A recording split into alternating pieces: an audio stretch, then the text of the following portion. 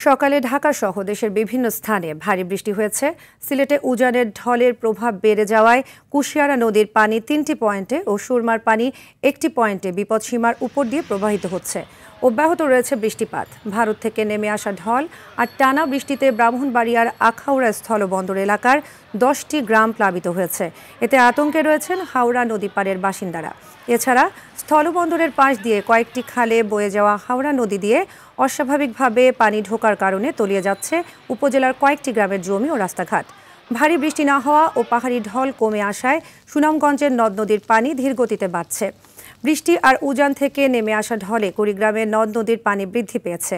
তবে আগামী 2 দিন পানি বাড়ার সম্ভাবনা থাকলেও বড় ধরনের বন্যার কোনো আশঙ্কা নেই বলে জানিয়েছে কুড়িগ্রাম পানি উন্নয়ন বোর্ড।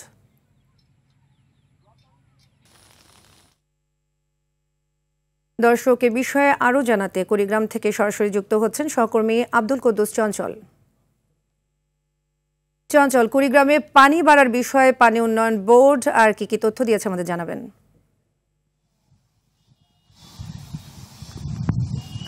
সাবিয়া, যেমনটি বলছিলেন সংবাদে যে কুড়িগ্রামের ভারতের উজান থেকে পানি নেমে আসা এবং বৃষ্টিপাতের জন্য কিন্তু কুড়িগ্রামের সবকটি নদ নদীর পানি কিন্তু বৃদ্ধি পাচ্ছে। তো সকাল 9টায় যে পরিসংখ্যান রয়েছে এখানে কিন্তু আমরা দেখতে পেয়েছি যে দুধকুমার, ধরলা, ব্রহ্মপুত্র এবং তিস্তা নদীর পানি বেড়েছে।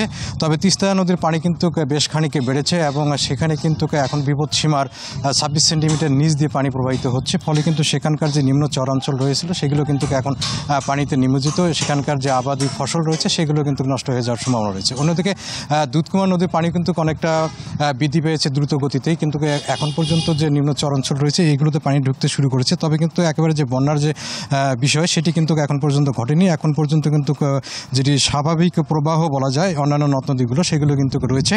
তো পানি উন্নয়ন বোর্ড যেটি বলেছে যে আগামী 2 দিন পানি বাড়ার কথা রয়েছে। এই পানি বাড়ার পরে কিন্তু পানি কমবে। তো বড় ধরনের বন্যার কিন্তু সেরকম খবর নেই। তো সাবিহা, এই ছিল আমার কাছে কুড়িগ্রামের সর্বশেষ খবর। ধন্যবাদ আপনাকে।